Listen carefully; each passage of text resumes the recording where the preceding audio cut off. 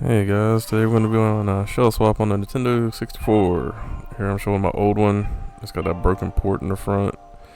That is why I wanted an RGB mono one, so I just bought a whole one.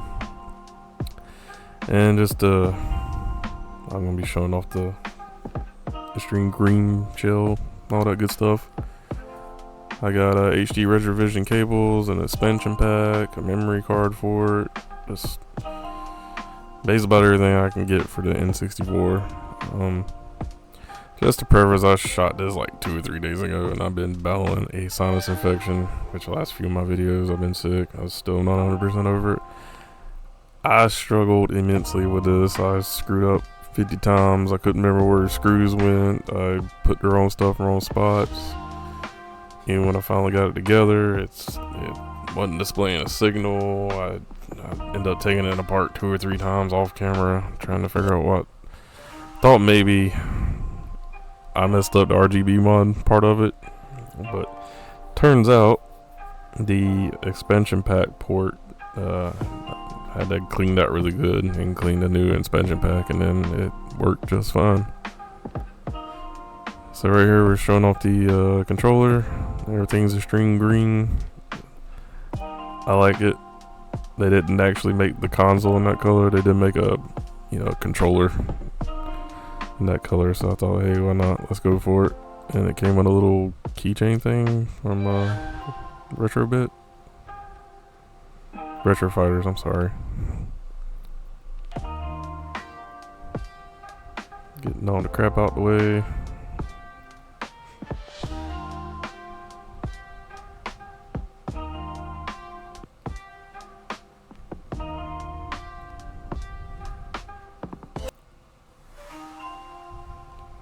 Going through my tools, popping out the suspension. Well, that's the regular jumper pack.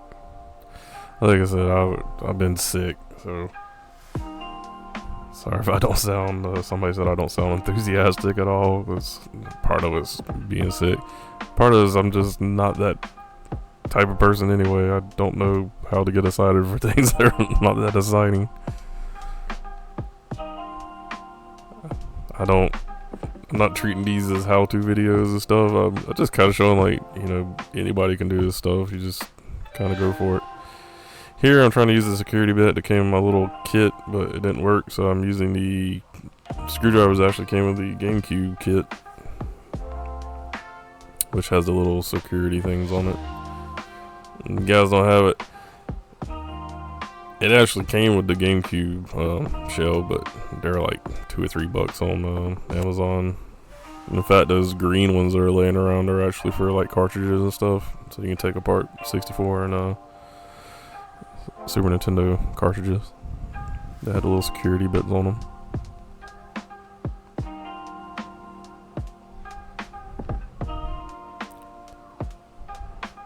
Like I said, struggling. My brain was just not working good. But I was off work and I wanted to get it done. I even struggled so much with this one. I did the Super Nintendo shell swap I got, and I didn't film it, so I apologize. If anybody wants to see it, I'll simulate it or something. But there's tons of them on YouTube. And with this system, it came with the Tim Worthington RGB mod, which has the deblur feature on it, which is something I was actually really going for. They also modified the cartridge slot so you can put Japanese games in there. And I believe it's been recapped and everything. It was actually really clean. I mean, the guy did good work. The only thing I don't like, which he's not the only one, is they run like a little separate ground into the heat shield. Next time I open up, I'm going to put a little ringlet on it instead of just putting it under the screw. But I've seen about 5-6 other videos, and pretty much everybody does that the same way, so nothing against the person who did the mod. Like I said, overall, I was impressed. Everything looked good. The only other thing is you had to actually pry the little chipboard there up to get to the screw that's under it.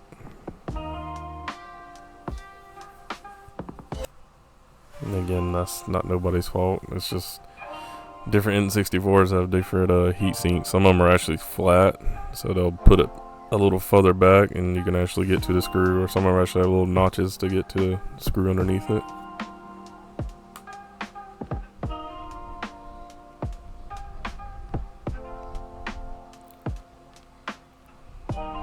Taking apart stuff.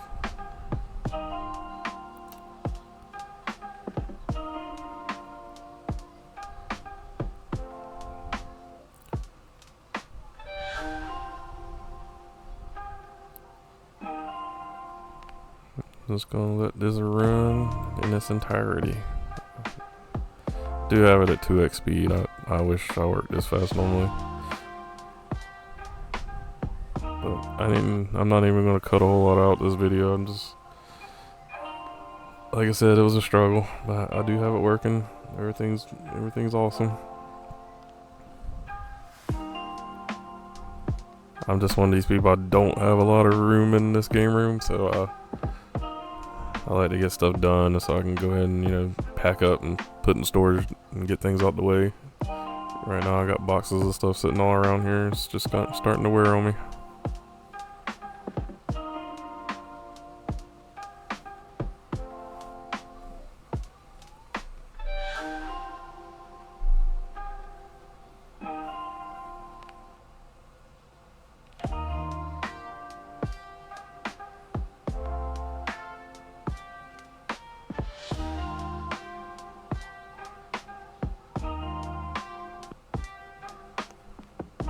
There we go, we got the new shell out.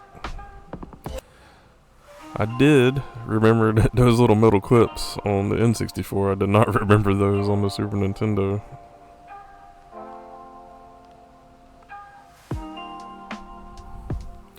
I did forget there's a little plastic piece that goes around the AV port.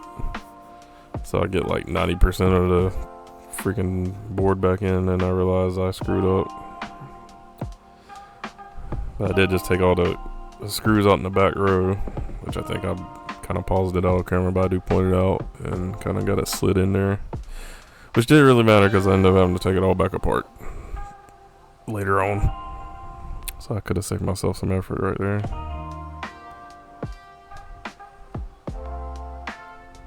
That's actually when it wasn't giving me no display output. That's how I thought I screwed it up. I thought maybe when I was trying to like squeeze that AV port up to slide that piece in, I might have done something.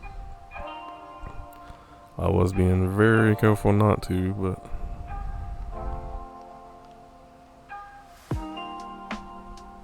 I think they're taking the screw out where the little wire grounds to.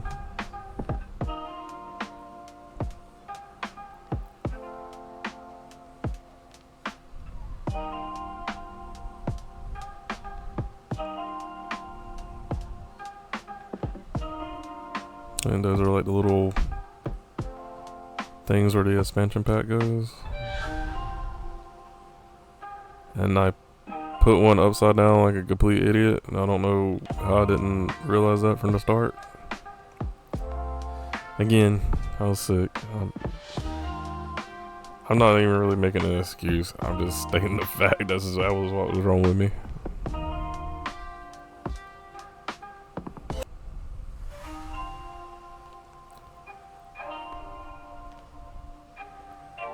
With my brain, I figured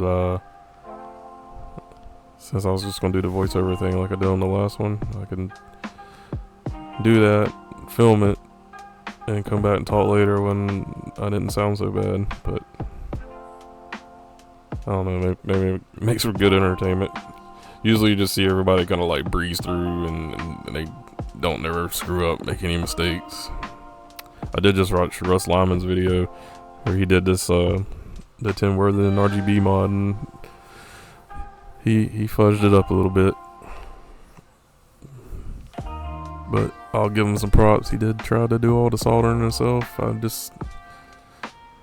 Well, here's the other reason I bought another 64, and I just went and got one that was RGB modded already. And I wanted to keep RGB because, like I said, I want component video so I can use them on regular TV and stuff. That's why I didn't go HDMI. and plus it's cheaper. But that player one controller port being chipped, pretty much you're gonna have to buy like a whole new motherboard or another N64 to get a replacement. You can find the player 3 and 4 ports all day long, but you don't find the 1 and 2s. And I didn't want to put on like a nice, fancy new shell on it and have like a broken controller port. Which I did get my N64 from a thrift store. It was like $40. Came with the controller, all the wires, the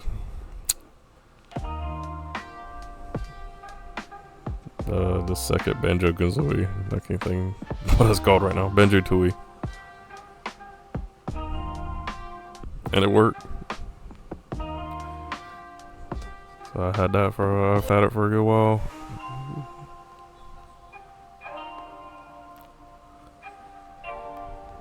Putting the screws back in.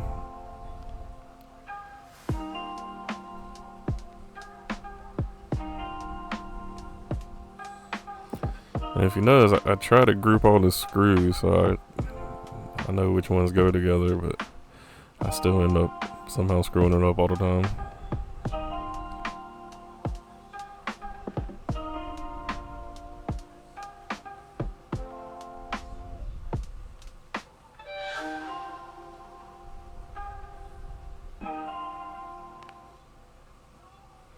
I actually put that suspension pack piece in upside down, and I think I go ahead and put the thing back together. Didn't realize it's wrong, so I had to take it back apart.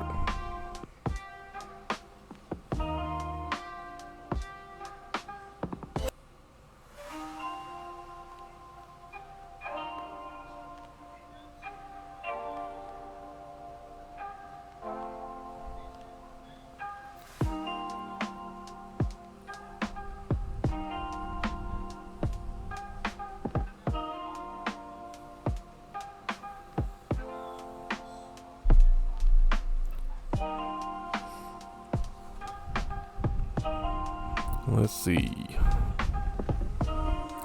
Like I said, I'm doing the voiceover like 2 or 3 days later, so I halfway remember what was going on.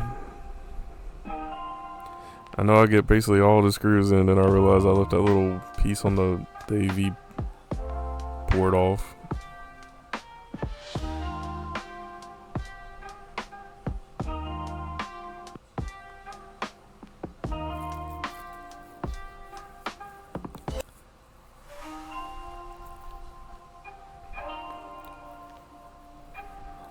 I think I just realized it maybe now.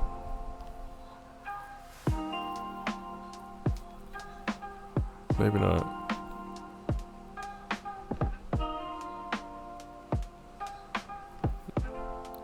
No, that's what I'm doing now.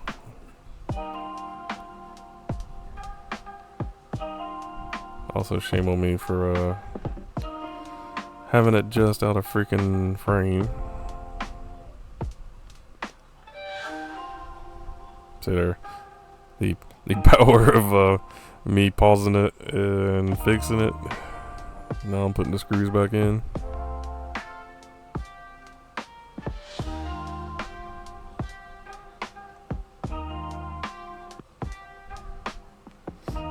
Let me see all the scars on my hands. Those are from my dogs. Got a bunch of ravenous pugs. Alright, I got a piece in there now. I'm feeling good about myself. Now I'm putting on the back screws in because I had to take all those out to slide that piece in.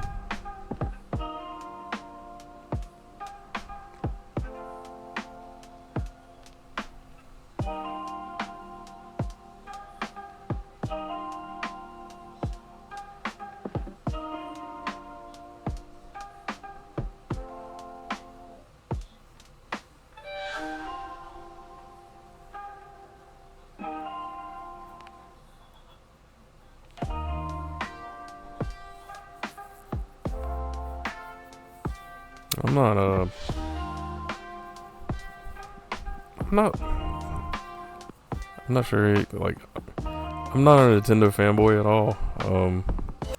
I do like the Switch. I do like the Wii. I mean, I like the GameCube and the Super Nintendo, but like, I know a lot of people like go crazy over the N64, and I got one at launch. I want to say I was 14, 15 when it came out, and I can't remember what day it was supposed to come out, but it was like 6 days before it came out. I want to say I was a freshman in high school, but I ain't got my license yet because I remember my mom still taking me to school because I had to go buy popsicles to make a DNA strand. So we stopped by Walmart before I went to school, and I ran in to go buy those. And this shows you how long and how much the world's changed. They just had them in the middle of the aisle, stacked up, like the boxes, not, locked up or anything like that. And at this time I had a little part-time job, so I had some money and stuff saved up, but I didn't have it with me. And I was just going, oh crap, there's the N64, that's not supposed to come out for like 4 or 5 days. Walmart screwed up, so I went back out because my mom was in the car. I was like, hey mom, I got the N64s. I was like, can we put that on layaway right quick, and I'll come back after school and pay for the rest. And she agreed, so I went in and grabbed the N64 and Mario and Halloween, says that's the only 2 games. I put it on layaway.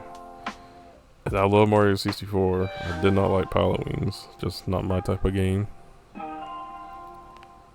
And that's it. I had a few games for it. I remember I like Mortal Kombat Trilogy and GoldenEye. I had the Killer Instinct Gold.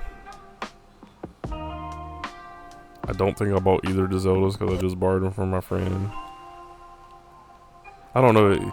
It's just a system that like the PS1 was just kind of winning out in my world because I like Street Fighter and things like that, and that wasn't coming out on there. I do think like Mario 64 is revolutionary. Oh yeah, I have Wave Race 64. So I mean, that's where I'm at.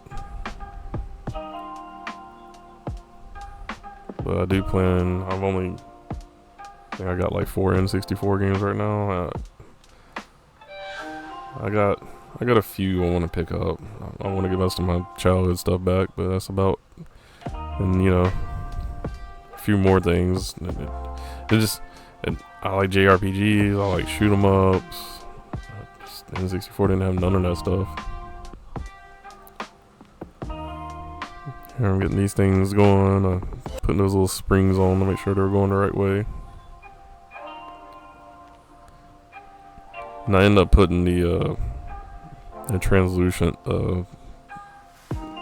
cartridge slot in there because I'm probably not going to get any Japanese games for this anyway, so it don't really make a difference. I'm going to get Sin and Punishment, but I'm going to probably get like a reproduction that's, in a North American cart.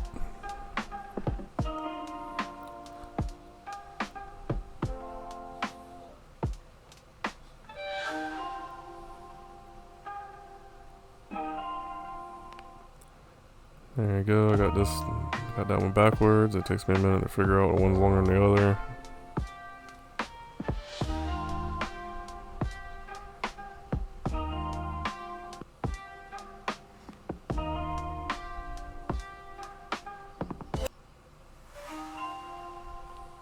I would say when you put those in the Super Nintendo, it's kind of irritating because kind of the same thing. You got to hold them down and get this piece on there without the spring flopping them back off. That does get kind of infuriating.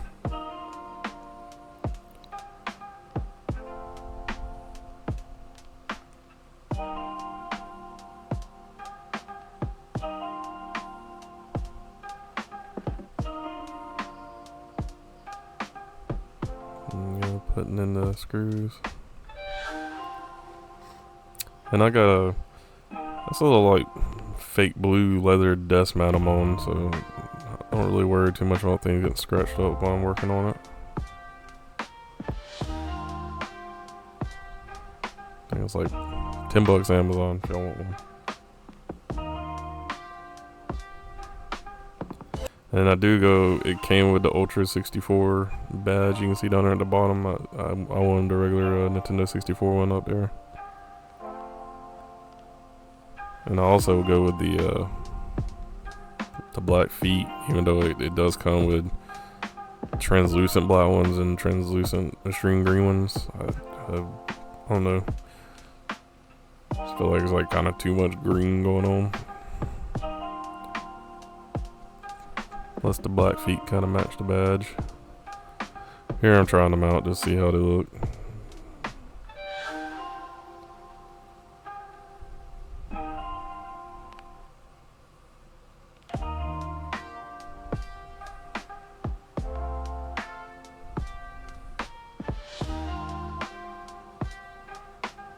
There you go, end up sticking the black ones on there. I like them.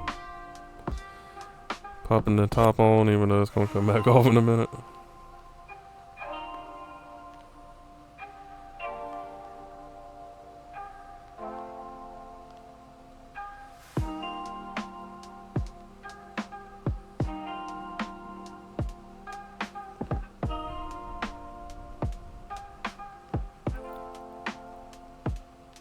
And we're coming in the home stretch, guys. Made it this far, please like and subscribe.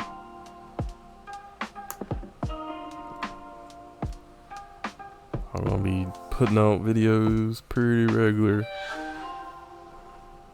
I'm going for at least 2 a week, if not more. I'm almost trying to do every other day, but I don't know. I work a full-time job. A lot of times it's 7 days a week, so it's kind of hard to do a lot of. I don't get to play games as much as I like. I was actually hoping once I got my capture card and stuff set up that it's going to motivate me to actually play games way more often. Stop being an old man.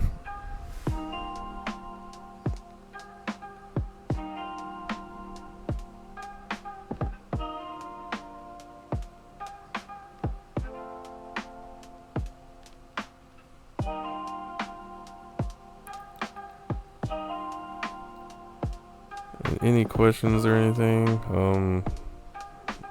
Coming up, I am going to do some gameplay videos on N64 stuff, so we'll go over the whole de-blur thing, how it looks, if it makes a difference. I don't know. Everything I've ever seen on the N64, is it's just a mess. They created a system for the CRT. It looks decent on CRT. I kind of went this route because I got a Retro Team 4K. Trying to get the best output. One, because I care, but two, it just looks better for, making gameplay videos. I don't think none of this stuff's really necessary for anybody, unless you just want it. Putting little rubber footsies on the back.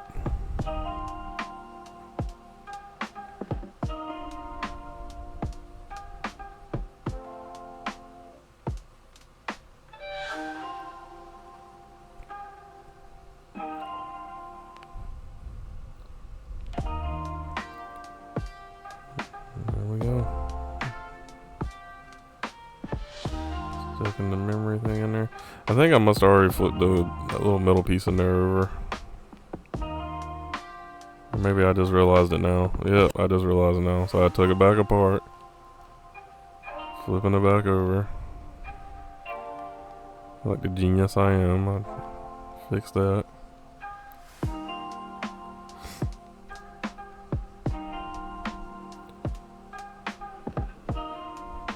Reassemble it.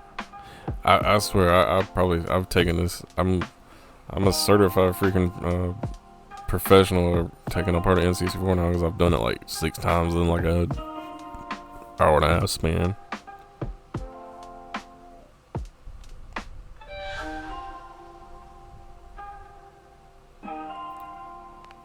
There you go. That's how y'all didn't need to watch me put it all back together again. There we go. There it goes.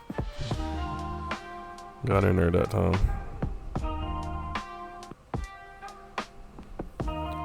And there's a complete Shebang.